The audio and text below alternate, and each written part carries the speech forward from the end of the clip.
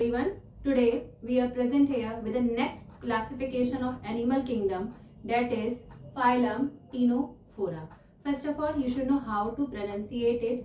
It is Ctenophora. It is starting from C. इसकी spelling तो Ctenophora है, but we pronunciate it as Ctenophora. So when we come across the features of Ctenophora, so first of all, it is also known as sea walnut or comb jellies.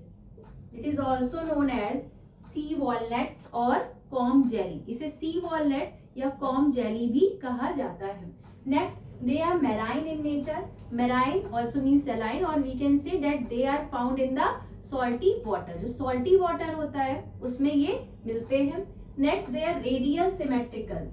Radial symmetrical means क्या होता है? Symmetry means होता है कि when you are able to divide anything into two equal half. So here radial symmetrical means that this organism get divided into two equal part from any of the plane. मतलब कि suppose आपने एक ball लिया है, यहाँ पे structure ऐसे, ये अब आपके पास एक स्ट्रक्चर है टीनोफोरा. अब अगर आप इसको इस प्लेन से कट करेंगे तो भी ये टू इक्वल पार्ट्स में डिवाइड हो रहा है. If you are dividing it like this, then also two parts are there.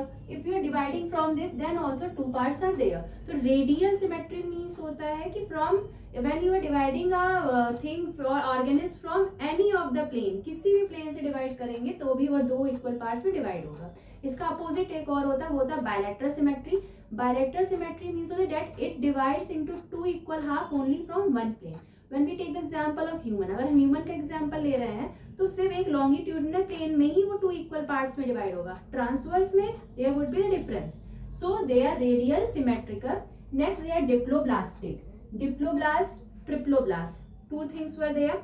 Meaning of diploblast है कि यहाँ पे दो लेयर्स प्रेजेंट होती हैं, एक्टोडर्म एंड एंडोडर्म, और सेंटर में अनडिफरेंशिएटेड शीथ प्रेजेंट होता है.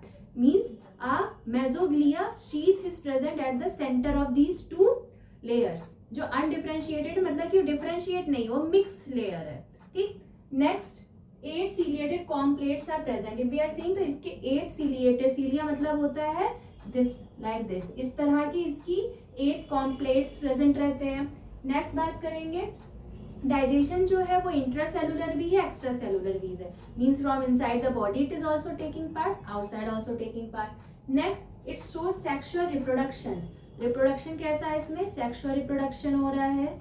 Means there is the involvement of male and female gamete. There is fertilisation, male and female gamete are fertilising, then the zygote formation is there. This means it is reproducing by sexual reproduction. Next, external fertilisation. Now what is the meaning of external fertilization? पहली बात तो समझेंगे fertilization क्या होता है. Fertilization means there is the fusion of male and female gamete and there is the production of zygote. Male और female gamete का fusion हुआ और zygote का प्रोडक्शन हुआ. Now if this fertilization is taking place inside the body of the female, अगर ये fertilization body के अंदर हो रहा है then it is called an internal fertilization. But if it is taking place outside the body of the female, outside any of the body, then it is called as external fertilization. This means that male Ctenophora releases its gametes in the water, and same female also, and outside the body they are fertilizing each other. So there is the formation of zygote outside the body. So ये क्या है आपका external fertilization. Next coming indirect development. Indirect development means that when they are developed, when they are we can say when they are taking birth, तब ये लोग different होते हैं. And after time being, time के साथ साथ इनकी जो बॉडी होती है उसमें चेंजेस आना स्टार्ट हो जाते हैं. तो this is means indirect development. ऐसे इनडायरेक्ट डेवलपमेंट हम लोग कहेंगे तो फ्रॉग की बात करेंगे. We are talking about frog. तो frog is going through the process that is called Metamorphosis.